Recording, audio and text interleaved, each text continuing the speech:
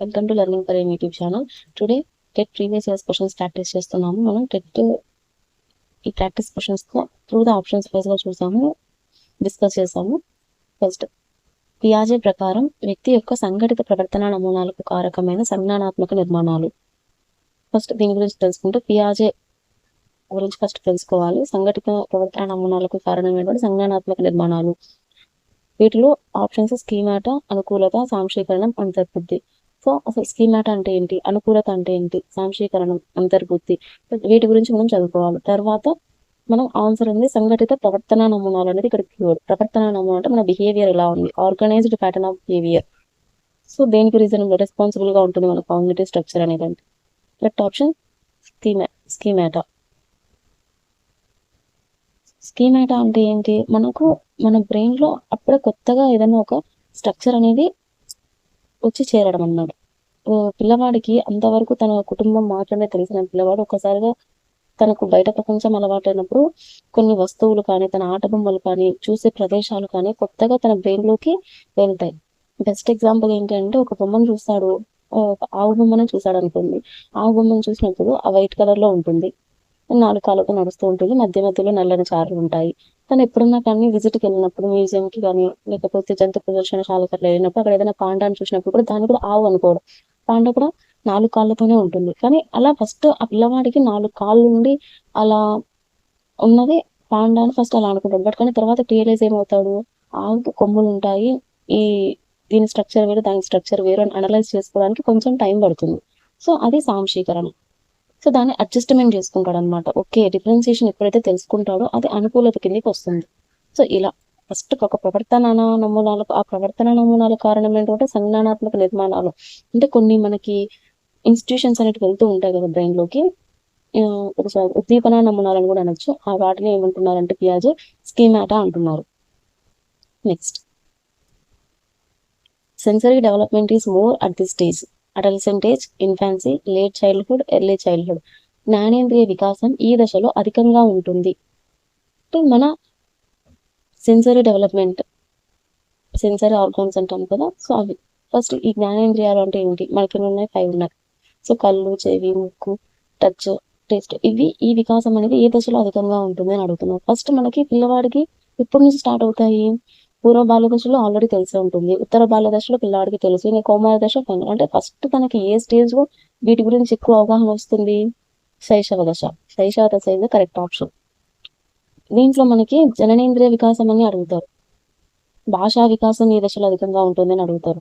So ఇవి related questions అనమాట, ఇవి ఒకసారి చూసుకోవాలి. Next, according to RTE Act 2009, for this age group of children, right to education is a fundamental right. These type of questions are very very important. RTE చట్టం 2009 ప్రకారం ఈ వయసు పిల్లలకు విద్యా హక్కు ఒక ప్రాథమిక హక్కు. సో ఈ వయసు పిల్లలకి ఇప్పుడు జువెనైల్ జస్టిస్ ప్రకారం ఒక ఏజ్ ఉంటుంది, యుఎన్ అంతర్జాతీయ బాల హక్కుల ప్రకారం ఒక ఏజ్ ఉంటుంది పిల్లలకి. సో ఇవి ప్రీవియస్ గా మనం చూస్తుంటే క్వశ్చన్స్ అడిగే టైప్ అనేది ఇలా ఉంటుంది అనమాట. ఈ వయసు ప్రకారం వాళ్ళని బాలలుగా గుర్తిస్తారు, అది విద్యా హక్కు చట్టం ప్రకారం ఈ విధంగా ఉంటుంది. లేదా ఎన్ఈపి వచ్చింది కదా మనకి, ఎన్ఈపి ప్రకారం 2020 ప్రకారం ఈ వయసు పిల్లలకు ప్రాథమిక హక్కు అనేది ఇవ్వడం జరుగుతుంది. నెక్స్ట్, అంతర్జాతీయ బాలల హక్కు ప్రకారం వీరే ఈ వయసు వారిని బాలలుగా గుర్తిస్తారు. సో ఇలాంటి క్వశ్చన్స్ ఎక్కువగా రిపీటెడ్ గా వస్తూ ఉంటాయి. ఈ క్వశ్చన్ ప్రకారం ఆర్టీఐ చట్టం 2009 ప్రకారం ఈ వయసు పిల్లలకు విద్యా హక్కు ఒక ప్రాథమిక హక్కు. కరెక్ట్ ఆప్షన్ ఫస్ట్, 6 నుంచి 14 సంవత్సరాల వయసు. Right to free and compulsory education, దీని అబ్రివేషన్ అవుతుంది. Next, 16 question, characteristic feature of projective test. ప్రక్షేపక పరీక్షల లక్షణం: సహజ ఉద్దీపన, అస్పష్ట ఉద్దీపన, నిర్దిష్ట ఉద్దీపన, నిబంధిత ఉద్దీపన. ఉద్దీపన అంటే ఏంటి, అంతవరకు లేనట్టు, అంటే ఒక ప్రవర్తన నమూనాను లేదా ఒక ప్రతిస్పందనను రాబట్టడానికి ఇచ్చినటువంటి ఒక కారకాన్ని ఉద్దీపన అని అంటున్నాం. ఓకే, నెక్స్ట్ ఇప్పుడు ఆప్షన్స్ చూసుకుంటే, ప్రక్షేపకం అంటే ప్రొజెక్ట్ చేయడం అనమాట. ఇప్పుడు ప్రొజెక్టర్ అనేది మనకు ఐడియా ఉంటుంది, ఏదైనా ఒక మూవీ చూడాలని ఇట్లా ప్రొజెక్టర్ ద్వారా ఒక మూవీ చూడడం, లేదా ఒక వీడియో చూడాలన్నా, ఎక్కువ మందికి రీచ్ అవ్వాలంటే ప్రొజెక్టర్స్ అనేవి ఆన్ చేస్తుంటారు. సో అలా ప్రొజెక్టర్తో మన యొక్క మూర్తిమత్వాన్ని అంచనా వేయడానికి ఉపయోగించే పరీక్ష ఈ ప్రక్షేపక పరీక్షలు అన్నమాట. సో వీటి యొక్క లక్షణాలు ఎలా ఉంటాయంటే, ఆ ప్రక్షేపక పరీక్షల్లో ఎటువంటి ఉద్దీపనలు అనేవి ఇస్తాము అంటే, అస్పష్ట ఉద్దీపన, దీనికి కరెక్ట్ ఆప్షన్ అవుతుంది. అంటే ఏంటంటే క్లమ్జీగా ఉంటుందన్నమాట. అంటే దాన్ని చూడగానే మనకి క్లారిటీ ఉండదు. ఒక్కొక్కరు ఒక్కొక్క రకమైన థాట్స్ అనేటివి ఎస్టాబ్లిష్ చేస్తూ ఉంటారు. ఇప్పుడు స్పష్టమైన ఉద్దీపన ఉండేటివి ఏంటివి అంటే అప్రక్షేపక పరీక్షలు. అంటే మనం ప్రొజెక్ట్ చేస్తూ ఆ వ్యక్తి యొక్క మూర్తిమత్వాన్ని తెలుసుకోకుండా క్వశ్చనర్స్ ఇవ్వడం లేదా ఇంటర్వ్యూస్ అడగడం ఇలాంటి వాటి ద్వారా మనం వ్యక్తి యొక్క మూర్తిమత్వాన్ని అంచనా వేయడానికి ఉపయోగిస్తాం. ఈ ప్రక్షేప పరీక్షల యొక్క లక్షణం ఏంటంటే అస్పష్టమైనటువంటి ఉద్దీపనలు ఇచ్చి ఆ యొక్క పిక్చర్కి ఆ వ్యక్తి ఏ విధంగా ప్రతిస్పందిస్తున్నాడు అనే దాన్ని మనం ఇక్కడ అనాలిసిస్ చేసుకొని తన యొక్క మూర్తిమత్వాన్ని అంచనా రష్యాకు చెందినటువంటి ఇవాన్ పావ్లో ప్రయోగంలో చూస్తాం.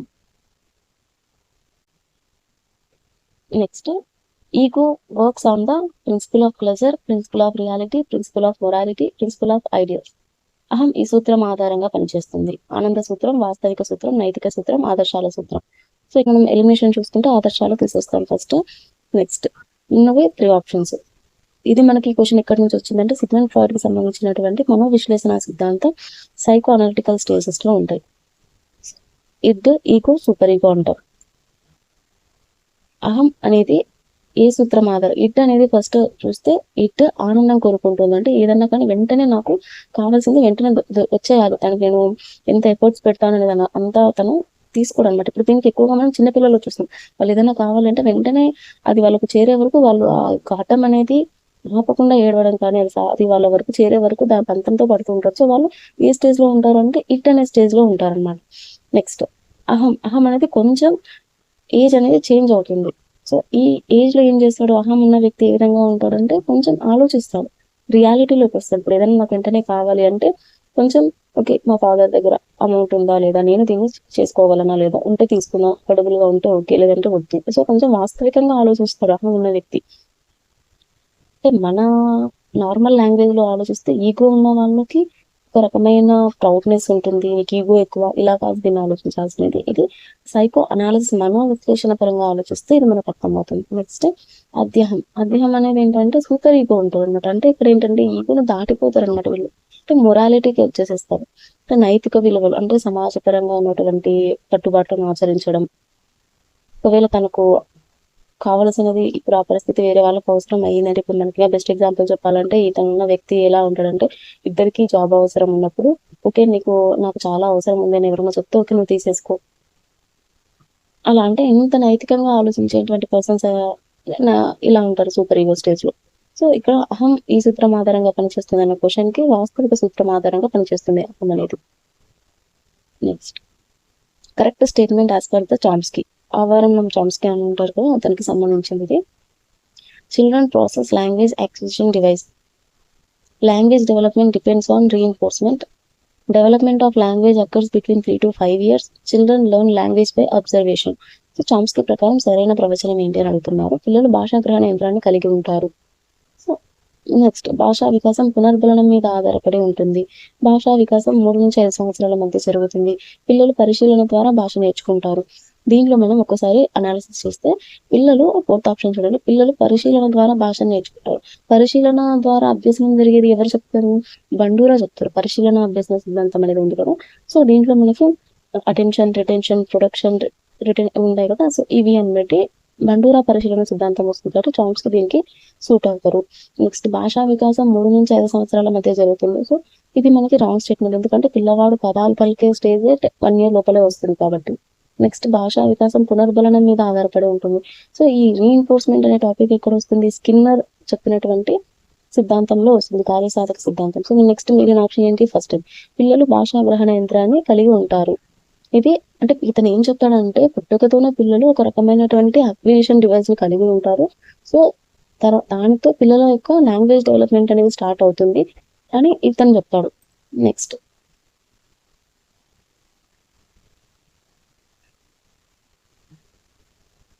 19th క్వశ్చన్ చూడండి. Parents deliberately ignores a child's temper tantrum in an attempt to discourage it. Here parent strategy is in accordance with extinction, reinforcement, generalization, discrimination. తల్లిదండ్రులు పిల్లల కోపాన్ని నిరుత్సాహపరిచే క్రమంలో ఉద్దేశపూర్వకంగా దానిని పట్టించుకోరు.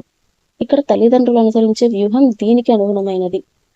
విరమణ, పునర్బలనం, సామాన్యీకరణ, విచక్షణ. సో ఈ ఆప్షన్స్ చూస్తేనే మన మైండ్ లో రావాల్సింది ఏంటి, ఈ ఆప్షన్స్ తో కూడినటువంటి ఎక్కడ చూసాం మనము పావ్లోవ్ సిద్ధాంతంలో చూసాం. ఇక్కడ అతను పునర్బలనం ద్వారా మనకు ఏదైతే ఉపయోగకరమైన అలవాటు ఉంటుందో దాన్ని ఇంకా రెట్టింపు చేయడం కోసం, మంచి మార్కులు చేయడం కోసం, లేదా సరైన ప్రవర్తన అలవాటు చేయడం కోసం పునర్బలనాలు ఇస్తుంటారు.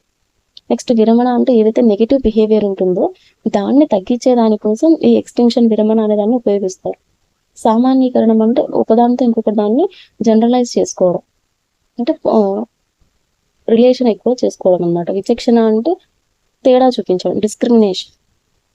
సో ఇక్కడ కోపాన్ని నిరుత్సాహం అంటే నెగిటివ్ సెన్స్, పునర్బలనం అంటే పాజిటివ్ సెన్స్, దీనికి ఆపోజిట్ విరమణ అంటే నెగిటివ్ సెన్స్. కాబట్టి కోపాన్ని నిరుత్సాహపరచాలని ఉద్దేశపూర్వకంగా పట్టించుకోరనమాట. సో ఇలా next Bobo doll experiment is related to insightful learning, observational learning, conditional learning, trial and error learning. Bobo doll ప్రయోగం దీనికి సంబంధించినది.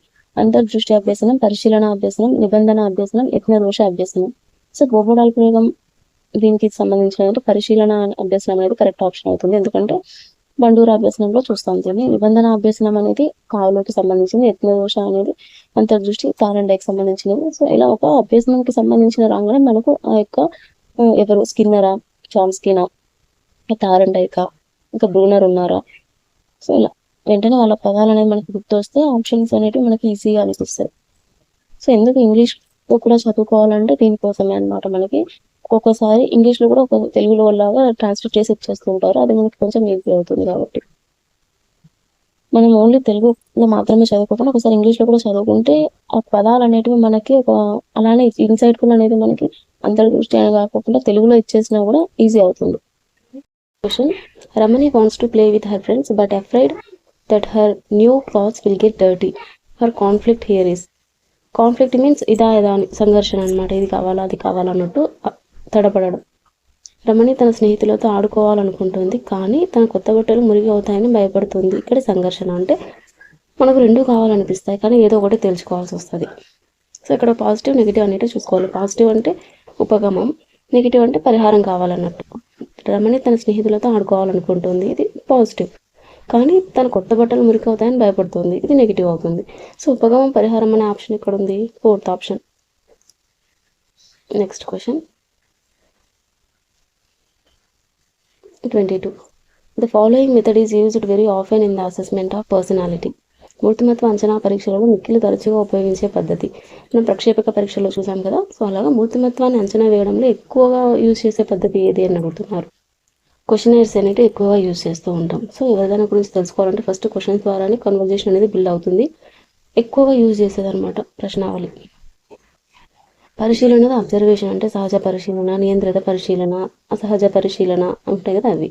పరిపృచ్ఛ అంటే ఇంటర్వ్యూ, స్ట్రక్చర్డ్ ఇంటర్వ్యూ అంటే ముందుగానే ఒక క్వశ్చన్స్ అన్ని ప్రిపేర్ చేసుకొని ఇంటర్వ్యూకి వెళ్ళడం, లేదా అప్పటికప్పుడు through the follow the conversation అన్నట్టు అప్పటికప్పుడు క్వశ్చన్స్ బిల్డ్ చేస్తూ వెళ్ళడం.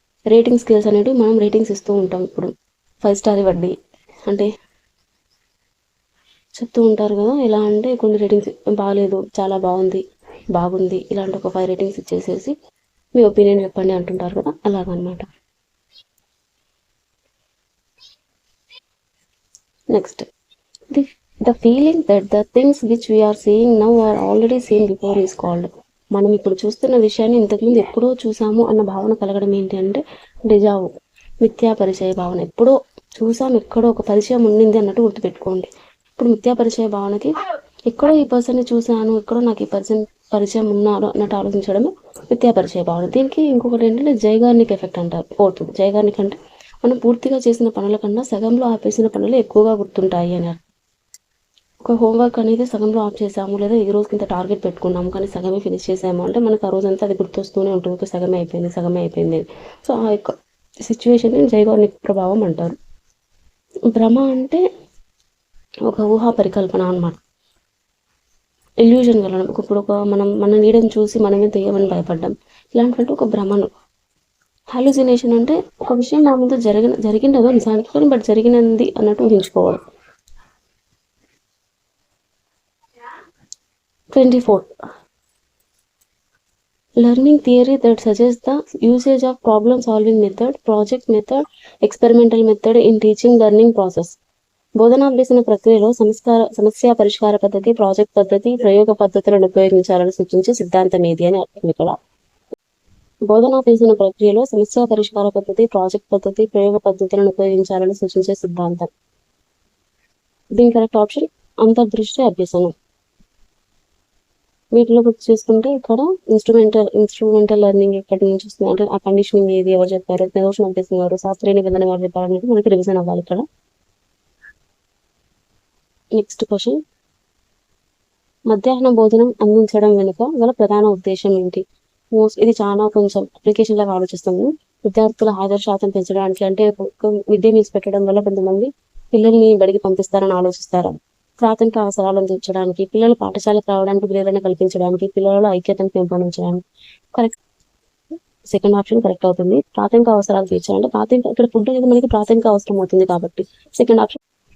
నెక్స్ట్ క్వశ్చన్, MS Excel లో ఫార్ములాను టైప్ చేయడానికి ముందు ఉపయోగించే చిహ్నం. ఇది ఇన్ఫర్మేషన్ కమ్యూనికేషన్ టెక్నాలజీ ఐసిటిక్స్ రిలేటెడ్ క్వశ్చన్. ఇందులో ఫస్ట్ ఆప్షన్ అనేది మనకి కరెక్ట్ అవుతుంది. ఈక్వల్ టు అనేది కరెక్ట్ ఆప్షన్ అవుతుంది. ఫార్ములా టైప్ చేయడానికి ముందు ఖచ్చితంగా ఈక్వల్ టు అని కొట్టి తర్వాత అది మల్టిప్లికేషన్ లేదా ఏదైనా చేస్తాము. ఆన్సర్ అనేది ముందే ఇవ్వాలన్నట్టు ఈక్వల్ టు అనేది ఫస్ట్ లోనే టైప్ చేస్తాం. నెక్స్ట్ క్వశ్చన్, థర్స్టన్ ప్రాథమిక మానసిక సామర్థ్యాల పరీక్ష ఈ సిద్ధాంతం ఆధారంగా రూపొందించబడింది. Thurstone primary mental abilities test is prepared based on this theory. సామూహిక కారక సిద్ధాంతం, బహుకారక, వికారక, ప్రజ్ఞా స్వరూప సిద్ధాంతం. ఇవి చాలా ఇంపార్టెంట్. దీని కరెక్ట్ ఆప్షన్ ప్రాథమిక మానసిక సామర్థ్యాల పరీక్ష అనేది సామూహిక కారక సిద్ధాంతం ఆధారంగా రూపొందించబడింది. Next, metacognition means understanding of once own thought process, once own personality, abilities, self concept. అతి సంజ్ఞానాత్మకత అనగా సొంత ఆలోచన విధానం కరెక్ట్ ఆప్షన్ అవుతుంది అనమాట. అంటే మనం ఏదన్నా ఒక థాట్ ప్రాసెస్ అనేది జరుగుతుంటే దానికి రిలేటెడ్ గా ఉంటుంది అని అనమాట. ఆలోచన విధానానికి సంబంధించినది అతి సంజ్ఞానాత్మకత అవుతుంది.